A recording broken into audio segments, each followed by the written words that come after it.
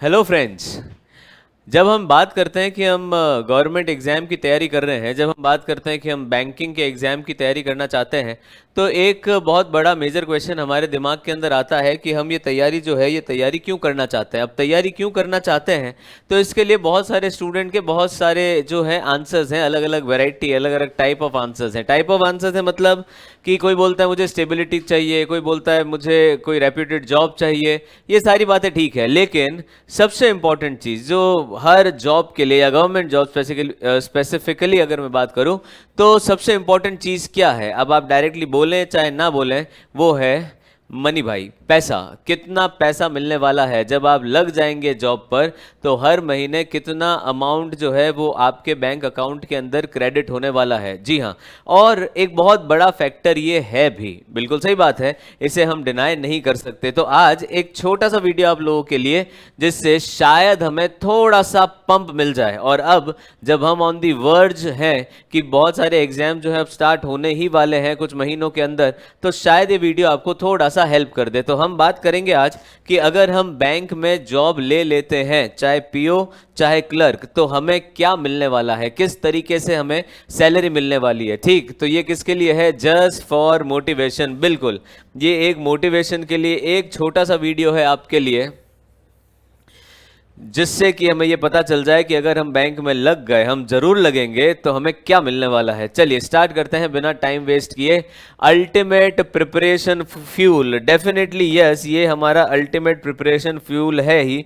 Respect, reputation, stability, ये सब अपनी जगह है, लेकिन जब अकाउंट के अंदर हर महीने पैसा क्रेडिट होगा, तब वो जो सुकून एक मिलेगा, वो एक अलग लेवल की एनर्जी क्रिएट करेगा। तो ये है हमारा अल्टीमेट प्रिपरेशन फ्यूल।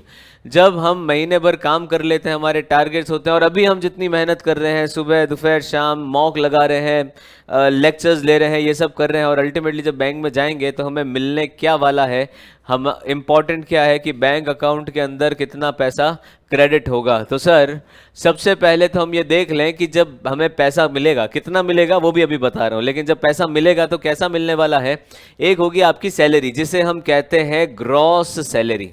ठीक है, ये जो ग्रॉस सैलरी है, ये बेसिक और अलाउंस जो आपको मिलने वाले हैं उनका एडिशन है। अब इसमें से कट क्या जाएगा? इसमें से कटेगा, एक तो हमारा इनकम टैक्स कटेगा, एक पीएफ कटेगा, और एक एनपीएस कटेगा। एनपीएस का मतलब है हमारे पास में नेशनल पेंशन स्कीम। एनपीएस का मतलब है नेशनल पेंशन स्कीम। तो इस स्कीम के अंदर अगर आप पैसा डिपॉजिट करवाते हैं, अगर आप ये स्कीम ऑप्ट करते हैं, तो हर महीने आपकी सैलरी में से एक अमाउंट काटा जाएगा। लेकिन ये जो एनपीएस कटेगा, ये वेल्थ क्रिएशन का काम करेगा। जब आप रिटायर हो जाएंगे, उसके बाद एक बहुत अच्छा, बहुत बड़ा अमाउंट आपको मिलेगा, ये अगर आप एनपीएस स्कीम लेते हैं। तो खैर, अभी हम उसकी बात नहीं करते। तो हमारी जो ग्रॉस सैलरी है, उसमें से ये सारी चीजें कट कटा कर जो बनती है, वो बनती है हमारी नेट सैलरी। तो 1000 रुपया हमारी सैलरी है, उसमें से 100, 200, 300 रुपए कट जाएंगे, तो 700 रुपए हमारे हाथ में आएंगे। 700 रुपए जो क्रेडिट होंगे, वो हमारी सैलरी है, जिसे हम अपनी सैलरी मान लेते हैं। अब यहां पर लोकेशन का भी फर्क पड़ता है। अगर आप किसी छोटे शहर के अंदर हैं, तो जो आपके अलाउंसेस हैं वो कम हो जाते हैं। अगर आप किसी बड़े शहर के अंदर हैं, तो आपके अलाउंसेस बढ़ जाते हैं। ठीक, चलिए अब हम बात करते हैं जिसके लिए वीडियो है।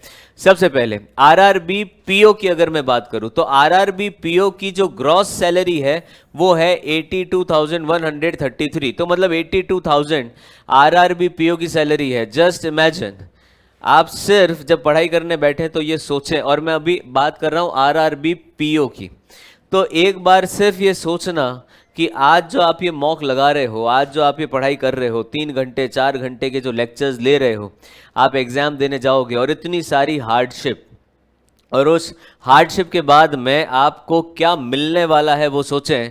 हर महीने कि शायद 25 तारीख, 26 तारीख या 27 तारीख को आपका अकाउंट जो है वो 82,000, अब देखो 82,000 तो ग्रॉस है, कट कटा कर जो हमारे अकाउंट में आएगा वो कितना आएगा? 76,000। 76,000 आपके अकाउंट के अंदर क्रेडिट होगा। और ये मैं बात कर रहा हूं जब आप आरआरबी पीओ का एग्जाम दे रहे हैं। तो ये मत समझ लेना कि आरआरबी है, ग्रामीण बैंक है, तो इसमें तो क्या ही सैलरी मिलेगी, ऐसा बिल्कुल नहीं है। आरआरबी की जो इन हैंड सैलरी है पीओ की, वो कितनी है? 76,000। ठीक, चलिए नेक्स्ट हम बात करते हैं आरआरबी क्लर्क की। अगर आप आरआरबी क्लर्क बनते हैं तो आपकी जो ग्रॉस सैलरी है वो बनती है 49,000 और इन हैंड सारा कुछ कट कटा के आपको मिलेगा 45,800, मतलब 46,000 के आसपास की आपकी सैलरी बनती है हर महीने। क्लैरिकल की पोस्ट है 46,000 आपकी जो है इन हैंड सैलरी बनती है। नेक्स्ट हम बात करते हैं आईबीपीएस पीओ की।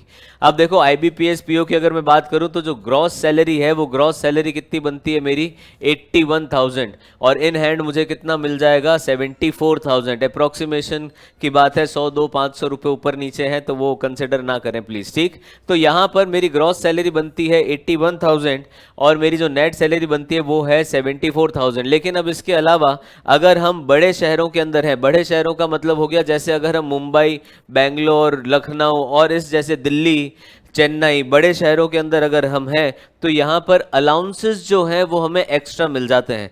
तो ग्रॉस सैलरी तो वही रहती है लेकिन अलाउंस ऐड हो जाता है। तो अलाउंस ऐड होने से ये डिफरेंस डेफिनेटली आ सकता है कि अगर बॉम्बे में कोई रह रहा है, आप ही की पोस्ट पर है तो उसे थोड़ा ज़्यादा पैसा मिल रहा है और आप अगर किसी छोटे शहर के अंदर हैं तो आपको कंपैरेटिवली थोड़ा कम पैसा मिल रहा है। सैलरी में चेंज नहीं है, अलाउंसेस जो है वो अलग अलग हो जाते हैं हमारे पास में।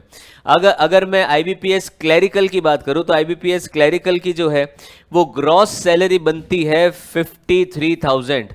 आईबीपीएस क्लर्क की ग्रॉस सैलरी बनती है 53,000।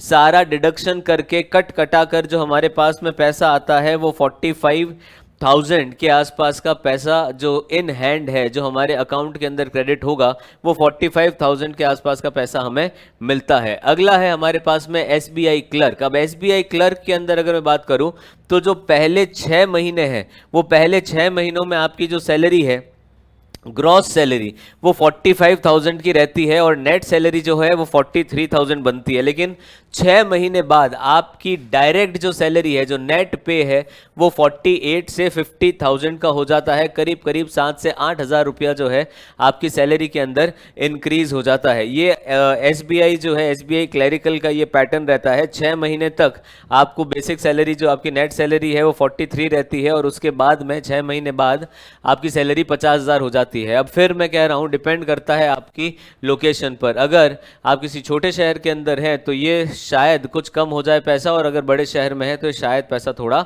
बढ़ जाएगा। अगला अगर मैं बात करूं जो बैंकिंग इंडस्ट्री का जायंट जिसे कहते हैं वो है एसबीआई पीओ। अगर आप एसबीआई पीओ का टारगेट कर रहे हैं तो अपने दिमाग में एक वैल्यू सेट कर लीजिए, 1,24,000। फिर कह रहा हूं वैल्यू देख लो आप एक बार, 1,24,000।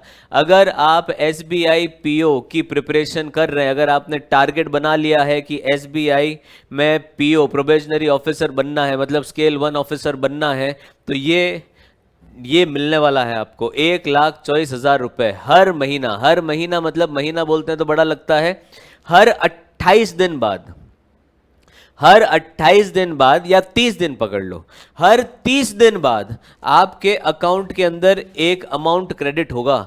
1,24,000 रुपए का अमाउंट आपके जो है अकाउंट के अंदर क्रेडिट होने वाला है। तो एसबीआई पीओ जो है वो सैलरी कितनी देता है, 1,24,000 रुपए। ये एक वैल्यू आप ऐड करके चलिए, देखिए हमारे पास में ग्रॉस सैलरी जो है वो 94,000 होगी, उसके बाद में नेट सैलरी 80,000 रुपए होगी। अब यहां पर इसमें अलाउंसेस भी जुड़ेंगे, इस 80,000 के अंदर अलाउंस जुड़ेंगे। अगर आप किसी छोटे शहर के अंदर हैं तो कंपैरेटिवली अलाउंस कम हो जाएंगे, लेकिन अगर आप किसी बड़े शहर के अंदर हैं तो कंपैरेटिवली अलाउंस बढ़ जाएंगे। अलाउंस जो बढ़ते हैं वो करीब करीब 30,000 के आसपास के अलाउंसेस आपको बढ़े हुए मिलते हैं। अब अगर आप बात करें कि क्यों ऐसा होता है कि एसबीआई पीओ की सैलरी इतनी हाई हो जाती है, इसके कुछ पैरामीटर्स हैं। यहां पर देखो सबसे पहला क्या है, ब्रांच टारगेट। अगर आप अपने ब्रांच के टारगेट अचीव करते हैं, जो आपको गोल दिया है वो अगर आप अचीव कर लेते हैं तो आपको एडिशनल इंसेंटिव दिया जाता है, पहली चीज। दूसरी चीज, अगर आपको किसी तरह की कोई मेडिकल इमरजेंसी है तो एसबीआई के टाई अप हैं बहुत सारे हॉस्पिटल्स के साथ में, जिससे कि कैशलेस ट्रीटमेंट होता है तो वहां पर भी पैसा बचता है। तो ये कुछ ऐसी चीजें हैं जो कि आपकी सैलरी जो है वो 1,24,000 25,000 या 1,30,000 के आसपास लेकर चली जाती है, डिपेंड। और एक उस चीज पे करता है, बहुत इंपॉर्टेंट चीज पे करता है, जिससे करीब करीब 20-25-30,000 रुपए का डिफरेंस आ जाता है कि आप कौन से शहर में काम कर रहे हैं। तो बहुत ज़्यादा समय मैंने नहीं लिया इस वीडियो में आपका, इंपॉर्टेंट यही था आपके लिए कि हमें एक मोटिवेशन डेफिनेटली चाहिए होता है कि जब हम इतनी तैयारी कर रहे हैं तो इतनी तैयारी करने के बाद मिलेगा क्या, ये वीडियो जो है सेव कर लेना अपने पास में।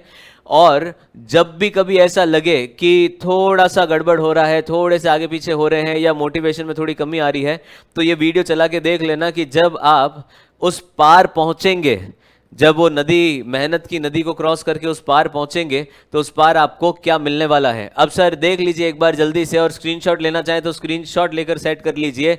अगर आप आरआरबी पीओ की बात करते हैं तो ग्रॉस सैलरी आपको 82,000 और नेट सैलरी इन हैंड आपको 76,000 मिलने वाली है। आईबीपीएस पीओ की अगर आप बात करते हैं तो करीब करीब 81 से 94,000 के आसपास आपकी सैलरी बनती है। ग्रॉस इन हैंड आपको 80,000 के आसपास मिलेगा।